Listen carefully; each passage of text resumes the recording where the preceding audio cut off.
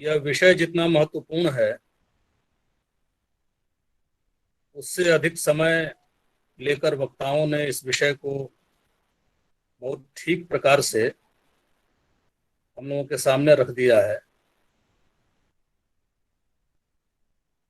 जितना भी मैंने अध्ययन किया है उसके हिसाब से ईसा की 8वीं शताब्दी से लेकर के ये 14वीं शताब्दी तक का जो भारत है और उसका जो संघर्ष है, इसके इतिहास पर जानबूझकर नहीं लिखा गया। लिखा भी गया तो उसके स्रोतों को ठीक से नहीं पढ़ा गया, ठीक से उद्धृत नहीं किया गया। मैं अभी थोड़ी देर के लिए बाहर इसलिए चला गया था कि एक बहुत महत्वपूर्ण फोन आ गया था। उसमें मुझे पता चला कि महाराज सुहेल देव के ऊपर एक बहुत महत्वपूर्ण उपन्यास की जिन्होंने रचना की है, हिंदी के प्रख्यात ऐतिहासिक उपन्यासकार प्रोफेसर शत्रुघ्न प्रसाद जी, वे अचानक बहुत अस्वस्थ हो गए हैं और आज ही कोमा में चले गए हैं। मैं ईश्वर से प्रार्थना करता हूं कि इस उपन्यास के लोकार्पण तक जल्दी स्वस्थ हो जाएं। इसलिए करीब 5 मिनट के लिए मैं बाहर हो गया था। अब हम मूल विषय पर आते हैं कि यह जो 8वीं शताब्दी से लेकर के 14वीं शताब्दी तक का भारत है, इसमें इतिहास की कोई समस्या नहीं है। जैसा इतिहास है वो सामने है। विदेशी यात्रियों ने बहुत कुछ लिखा है। हमारे यहाँ संस्कृत और हिंदी के भक्ति साहित्य में बहुत कुछ वर्णित है। जैसे उदाहरण के लिए मैं एक संकेत में एक बात कहूं तो महाप्रभु वल्लभाचार्य का ध्यान यहाँ पर हमको आ रहा है। महाप्रभु वल्लभाचार्य का समय 1478 ईस्वी से 1530 ईस्वी का है। 52 वर्ष की उम्र उनको मिली और इसमें उन्होंने एक बहुत महत्वपूर्ण 12 श्लोकों की एक जो कृति है उसकी रचना की, जिसका नाम है कृष्णाश्रय स्तोत्र। और इसका जिक्र मैंने पहले के वक्तव्यों में भी किया है। संस्कृत में है, बहुत आसान संस्कृत है। मैं इसके 2 श्लोक केवल पढ़ता हूं और देखिए कि 15वीं शताब्दी में अपने इतिहास बोध को यह महान साधक कैसे अनुभव करता है। इतिहास बोध को और वर्तमान बोध को देखें। सर्व मार्गेषु नष्टेषु कलौ च खल धर्मिणी पाखंड प्रचुरे लोके कृष्ण एव गतिर्मम। दूसरा श्लोक है, बहुत आसान है, यहाँ विद्वज्जन है, उनकी सब समझ में आ जाएगा। म्लेच्छा करांतेषु देशेषु पापैक निलयेषु च सत्पीडा व्यग्रलोकेषु कृष्ण एव गतिर्मम। और तीसरे श्लोक में उनकी व्यथा फूट पड़ती है जब वो कहते हैं कि गंगादि तीर्थवर्येषु दृष्टिरेवा व्रतेष्वः तिरोहिताश दैवेषु कृष्ण एव गतिर्मम। देवता तिरोहित हो गए हैं, सारे मार्ग नष्ट हो गए हैं, देश को म्लेच्छों ने आक्रांत कर लिया है, गंगा आदि तीर्थ अपावन हो गए हैं। यह वर्तमान और उसका गहरा इतिहास बोध हमें जिस कालखंड से जोड़ता है, तो वह समस्या इतिहास की नहीं है, इतिहास लेखन की है। आजादी के बाद जो इतिहास लेखन का क्रम चला उसके मूल में डीडी कोसंबी हैं, जिनका जिक्र अभी मुझसे पहले के एक वक्ता महोदय ने किया। लेकिन डीडी कोसंबी को प्रतिष्ठापित करने का कार्य किसने किया? उनको उनका मूर्तिकरण एक तरह से उस समय भारत सरकार के एक प्रभावशाली मंत्री थे प्रोफेसर नूरुल हसन। उन्होंने उनकी इस मूर्ति को इतना आभामंडित किया, आभामंडित करके देवोपम बना दिया। और इसलिए बनाया कि उनके इतिहास लेखन की पद्धति कुछ लोगों की जरूरतों को निश्चित रूप से पूरा करती थी। जो लोग भारतीय सेवाओं में, खास करके भारतीय प्रशासनिक सेवाओं में गए हैं, वे लोग एक वाक्य बोलते हैं, जुमला, कि भारतीय सेवाओं का रास्ता कौसंबी लेन से होकर के गुजरता है। और यह लेखन हिंदुत्व के विरुद्ध, भारतीय सभ्यता और संस्कृति के विरुद्ध एक अत्यंत प्रभावशाली लेखन की नींव बना, जिस पर हबीब एंड सन्स ने अपनी भव्य इमारतें खड़ी की। ये हमारे वर्तमान इतिहास लेखन का एक जबरदस्त पक्ष है। अभी मैं देख रहा था कमेंट बॉक्स में डॉक्टर BN जागृति का एक प्रश्न, बड़ा महत्वपूर्ण प्रश्न था उनका, कि बौद्ध धर्म को इस्लाम से कोई खतरा नहीं है। अब हमारा जो ये वेबिनार है, इसका शीर्षक बौद्ध और इस्लाम है। इसमें धर्म शब्द को नहीं जोड़ा गया। वास्तव में किसी भी धर्म को किसी भी धर्म से कोई खतरा नहीं होता, क्योंकि धर्म तो प्रकृत व्यवस्था है। प्रकृत व्यवस्था में जब बुद्धिवाद का प्रवेश होता है तो संप्रदाय पनपते हैं। यह दुर्घटना इस्लाम के साथ भी घटी और बौद्धों के साथ भी घटी।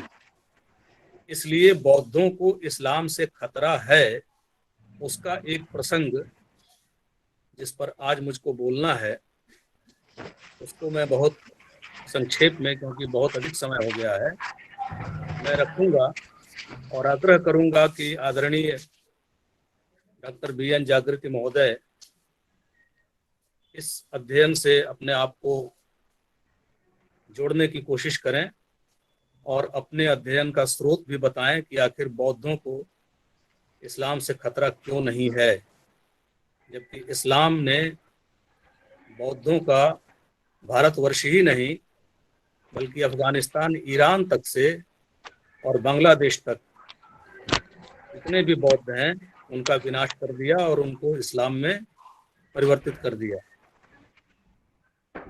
हमारे सामने एक प्रसंग है बख्तियार खिलजी का। बख्तियार खिलजी पर मैंने इतिहास की 2-3 पुस्तकों से जब संपर्क किया तो उसमें कोई बहुत विवरण नहीं मिलता। यही मिलता है कि वो एक प्रशासक इल्तुतमिश थे, उनकी सेवा में था, और उसके बाद वो सूबेदार बना, एक आक्रांता बना, बिहार को लूटा।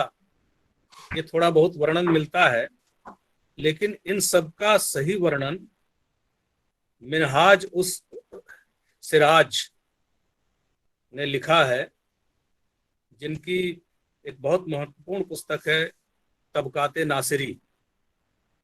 तबकाते नासिरी में मिनहाज ने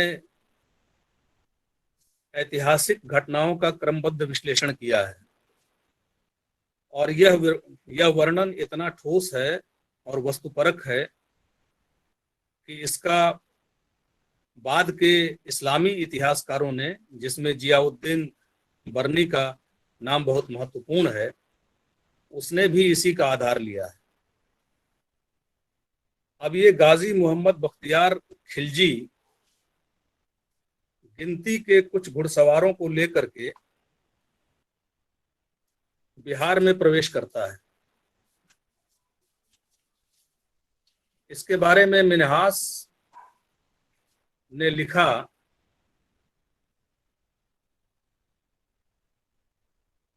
और यह आक्रमण उसका नालंदा विश्वविद्यालय जिसे आप कहते हैं, वह वास्तव में एक बौद्ध विहार था और वहां का गुरुकुल था। उसके बारे में लिखा है मिन्हास ने कि उस स्थान के निवासियों में बहुत बड़ी संख्या ब्राह्मणों की थी। अब ध्यान दीजिएगा कि ये चूंकि विदेशी लेखक है तो ब्राह्मण और बौद्ध में अंतर करना नहीं जानता, इसका अगला वाक्य इसकी पुष्टि करेगा। उस स्थान के निवासियों में बहुत बड़ी संख्या ब्राह्मणों की थी। वे लोग अपने मस्तक को मुड़ाए रहते थे। मस्तक को मुड़ाए कौन रहता है? जो बौद्ध भिक्षु हैं वे ही अपना मस्तक मुड़ाते हैं। वे सबके सब मारे गए। वहां उनको बहुत बड़ी संख्या में पुस्तकें प्राप्त हुई। जब यह पुस्तकें मुसलमानों ने देखी तो उन्होंने कुछ हिंदुओं को बुलाकर उन पुस्तकों को पढ़वाना चाहा, किंतु सभी विद्वान मारे जा चुके थे। पुस्तकों द्वारा यह ज्ञात हुआ कि वह पूरा किला और नगर एक मदरसा था। और बाद में बख्तियार खिलजी ने उस बौद्ध मठ में यानी नालंदा विश्वविद्यालय में, उसके पुस्तकालय में आग लगा दी। लोग कहते हैं कि 6 महीने तक वो आग जलती रही और यह सारा जो आर्ष साहित्य था भारत का वह जलकर नष्ट हो गया। और इसके ठीक 300-400 साल पहले, 500 साल पहले तक्षशिला के विश्वविद्यालय को भी तुर्कों ने नष्ट कर दिया था। जब आप यह जानेंगे कि तक्षशिला और नालंदा विश्वविद्यालय में किन किन विषयों की पढ़ाई होती थी, तब आपको मालूम पड़ेगा कि बौद्धों में और भारत की जो दूसरी ज्ञान परंपरा है सनातन की, उसमें आपसी समन्वय कितना था। तक्षशिला विश्वविद्यालय में भी वेदादि उपनिषद शास्त्र, बौद्धादि शास्त्र, जैनादि आगम, उनके शास्त्र और अनेक विषयों की, जिसमें घुड़सवारी भी है, वैद्यक भी है। और आपको मालूम होना चाहिए कि तक्षशिला से महात्मा बुद्ध का जो चिकित्सक था जीवक, वहीं का पढ़ा हुआ था और वो बौद्ध विद्वान भी था। तो ये परंपरा रही है जिसको भारत की जो सामाजिक व्यवस्था है उसने खोया है। बौद्धों के विनाश का एक कारण यह हुआ। अब आप देखिए, मिनहाज आगे चल करके लिखता है कि जब ये मोहम्मद बख्तियार खिलजी नालंदा के मठ को, बौद्ध विहार को, उस विश्वविद्यालय को नष्ट करके आगे बढ़ा, तो आगे का रास्ता था बंगाल का। बंगाल में लक्ष्मण सेन का राज्य था, जिसको मिनहाज ने तबकाते नासिरी में लखमनिया कहा है। लखमनिया को उसके तांत्रिकों ने, ज्योतिषियों ने यह भरमा दिया कि अब तुर्क ही जीतेंगे और आप हार जाएंगे, तो बेहतर है कि जब तुर्क आए तो यह सत्ता आप उनको सौंप दीजिए। ये वर्णन किया है, मैं बहुत संक्षेप में आगे बढ़ रहा हूं। तो जैसे ही 10-20 घुड़सवारों को लेकर के बख्तियार खिलजी नगर के मुहाने पर आया, तो लखमनिया ने यानी लक्ष्मण सेन ने वहाँ लोगों से पूछवाया कि ये है कैसा देखने में। तो ज्योतिषियों ने जैसा बताया था वैसा ही था। और वह राजा अपनी पत्नियों बच्चों को छोड़ करके और महल के पिछले दरवाजे से भाग गया। यह थी उस समय के तांत्रिकों और ज्योतिषियों की स्थिति, जिसको एक झटके में, जिनकी अलौकिक दैवी शक्तियों को बख्तियार खिलजी ने चूर्ण करके रख दिया था। तो दिक्कत की बात यह नहीं है कि ऐसा हुआ, मारे तो सब गए, बौद्ध भी मरे, ब्राह्मण भी मरे, बौद्ध धर्म के लोग भी मरे और जो सनातनी हैं वो भी मारे गए। लेकिन ये सनातनी इसलिए बच गए, उसके पीछे एक बहुत जबरदस्त तथ्यात्मक बात यह है कि बौद्धों का धर्म भिक्षुओं पर आधारित था।